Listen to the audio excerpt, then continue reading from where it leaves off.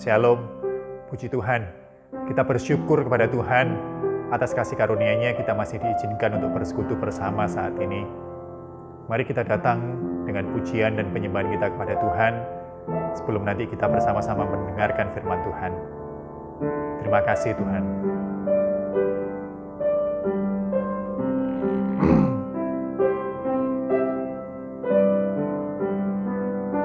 Saat indah ku berhadapan denganmu, memandang wajahmu, Yesus kekasih jiwaku.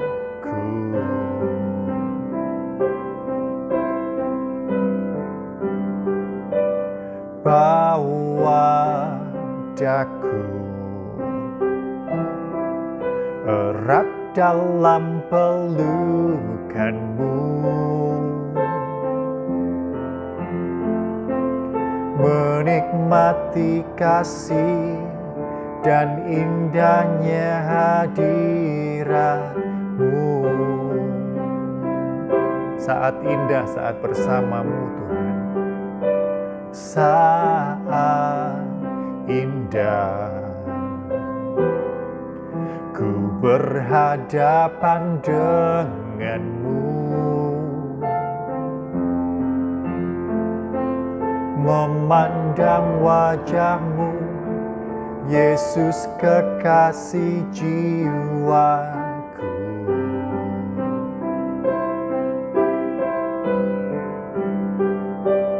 Bawa daku erat dalam pelukanmu, menikmati kasih dan indahnya hadiratmu.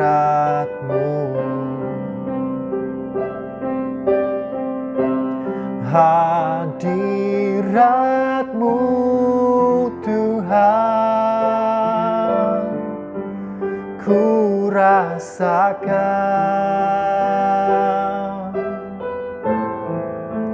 kekudusan-Mu Bapa penuhiku.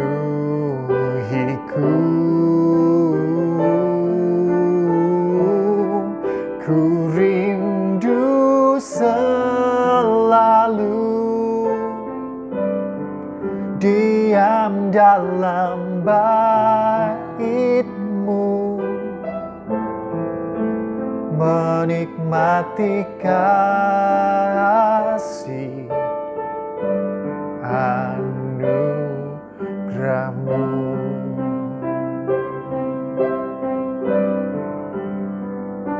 Saat indah ku berhadapan denganmu, memandang wajahmu, Yesus kekasih jiwaku.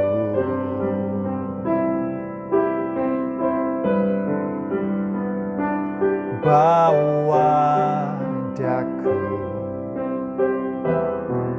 erat dalam pelukanmu,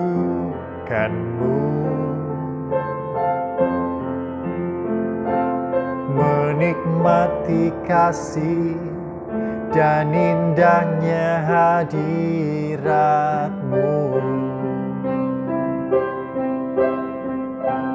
Hadirat-Mu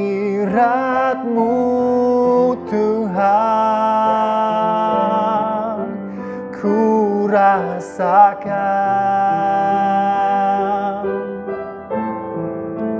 kekudusan-Mu Bapa penuhiku.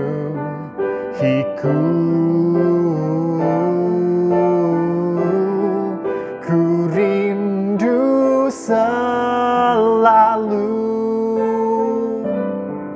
diam dalam bait-Mu, menikmati kasih anugerah-Mu.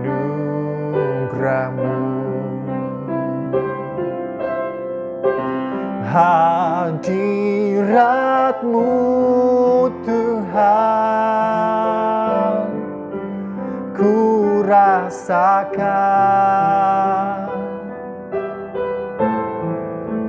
kekudusan-Mu Bapa penuhiku.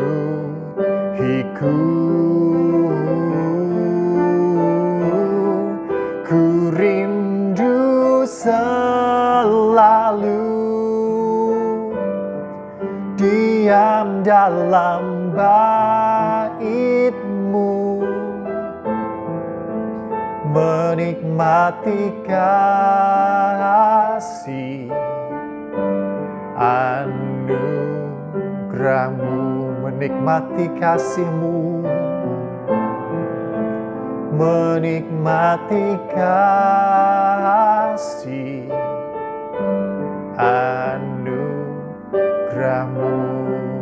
menikmati kasih-Mu, menikmati kasih anugerah-Mu.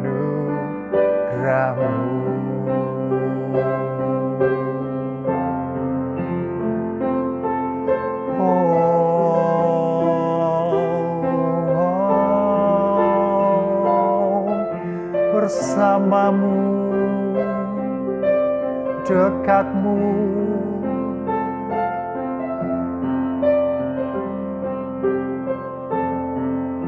memuji menyembah,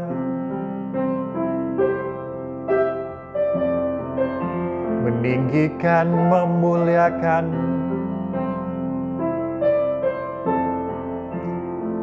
terpujilah nama-Mu Tuhan, terpujilah nama-Mu Tuhan.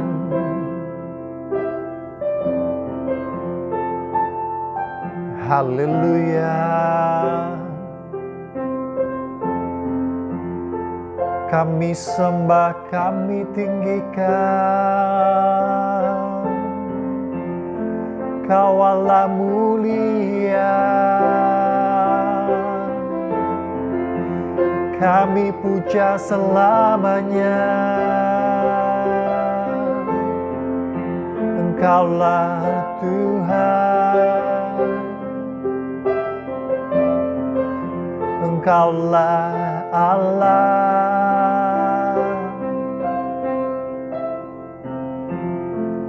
Terima kasih Tuhan.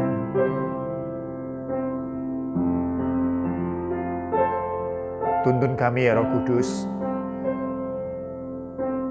Kiranya Engkau yang memberikan hikmat untuk kami boleh mengerti kebenaran firman Tuhan. Pimpin kami Tuhan. Ajar kami, bentuk kami, didik kami seturut firman-Mu. Terima kasih Tuhan. Haleluya.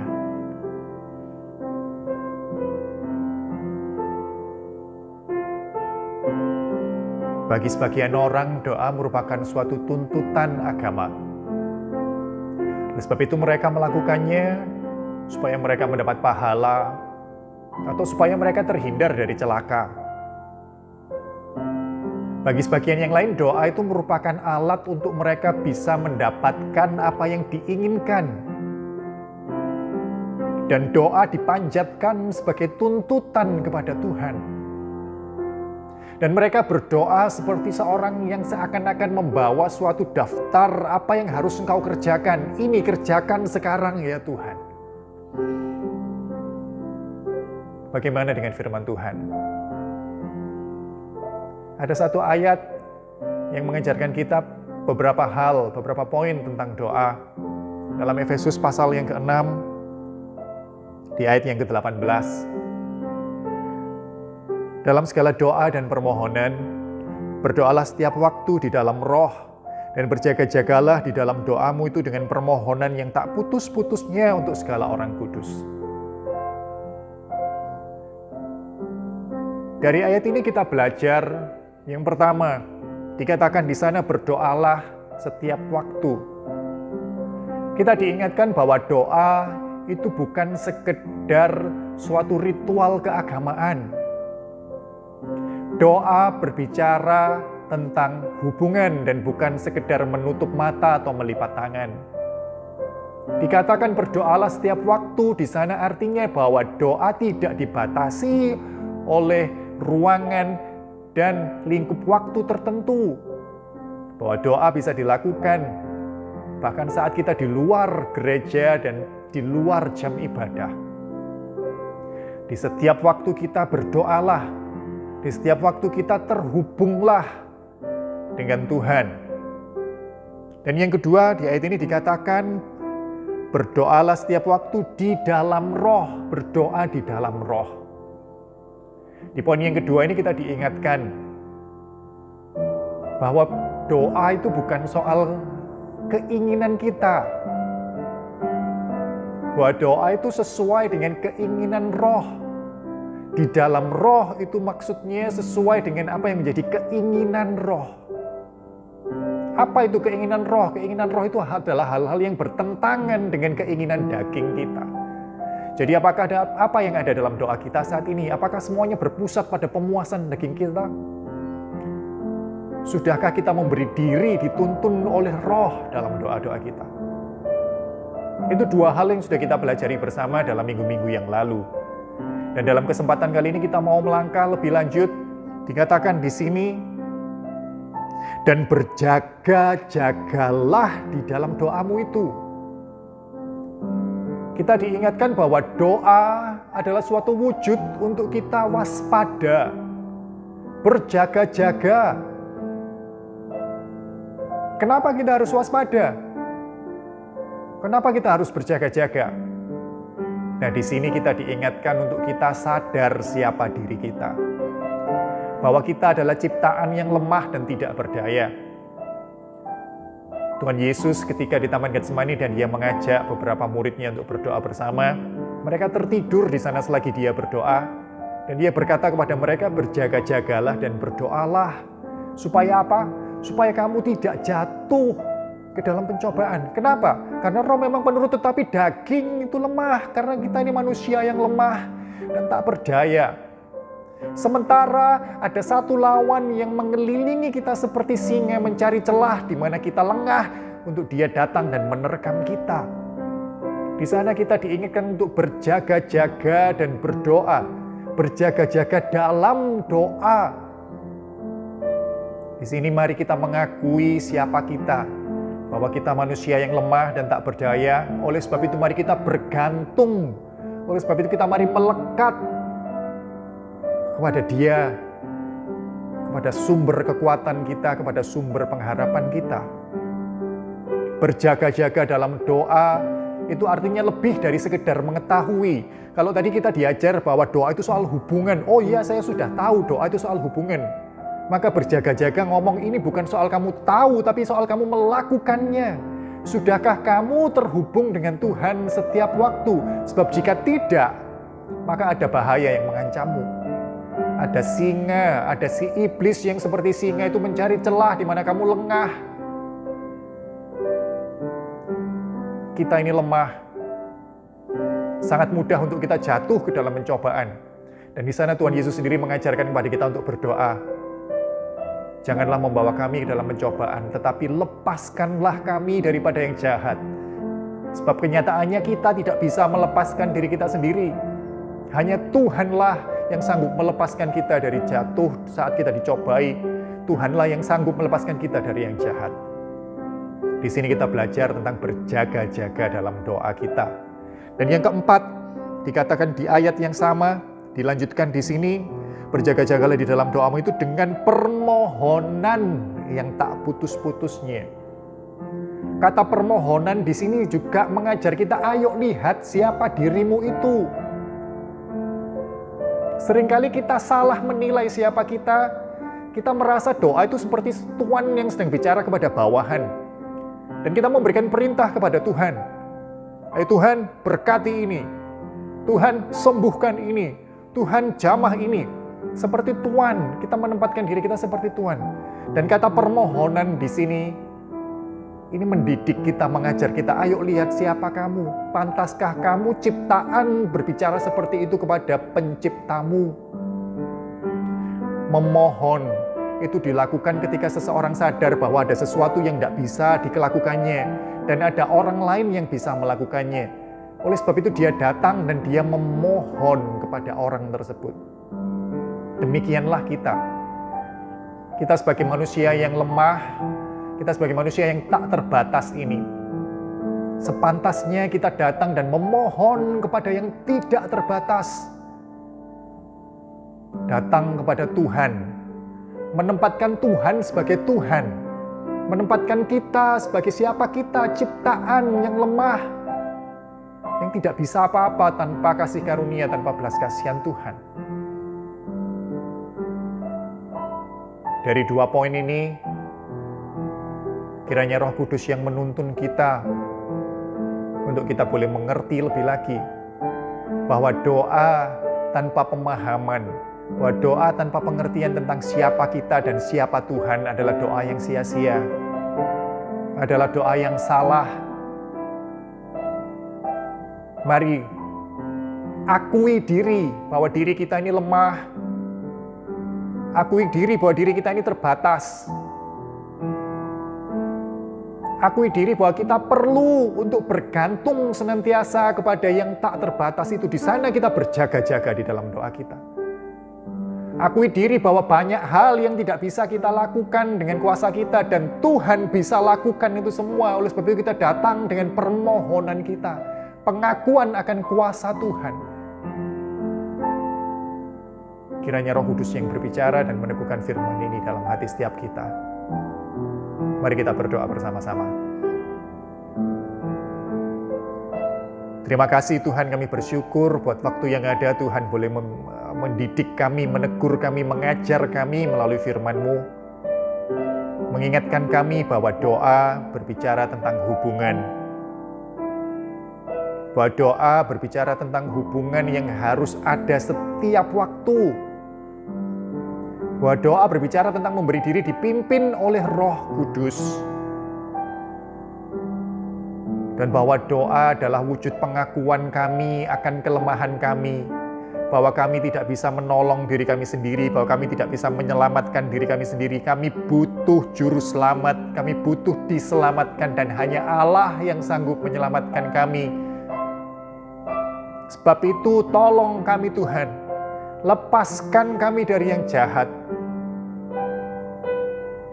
Sebab itu kami datang dengan permohonan kami Tuhan sebagai wujud pengakuan bahwa Engkau Allah yang sanggup lakukan segala perkara. Ampuni kami Tuhan kalau sebelumnya kami berdoa dengan pemahaman yang salah, dengan cara yang salah. Kiranya Roh-Mu yang kudus yang terus membentuk kami, membawa kami pada pengertian yang benar. Siapa kami, siapa Tuhan kami, dan bagaimana kami boleh berbicara dalam doa kepada Allah kami. Terima kasih Tuhan. Kami bersyukur buat waktu yang ada ini. Kami berdoa buat semua jemaat, buat semua yang menyaksikan. Di dalam masa-masa susah ini, kiranya Roh-Mu yang kudus boleh memberikan penghiburan, boleh memberikan sukacita, boleh memberikan kekuatan kepada mereka, untuk mereka beroleh hidup yang tenang, untuk mereka memperoleh damai sejahtera dalam hari-harinya. Terima kasih Tuhan. Kami serahkan doa ini hanya di dalam nama-Mu, di dalam nama Tuhan Yesus, Juru Selamat kami yang hidup, kami berdoa. Amin. Puji Tuhan. Tuhan memberkati.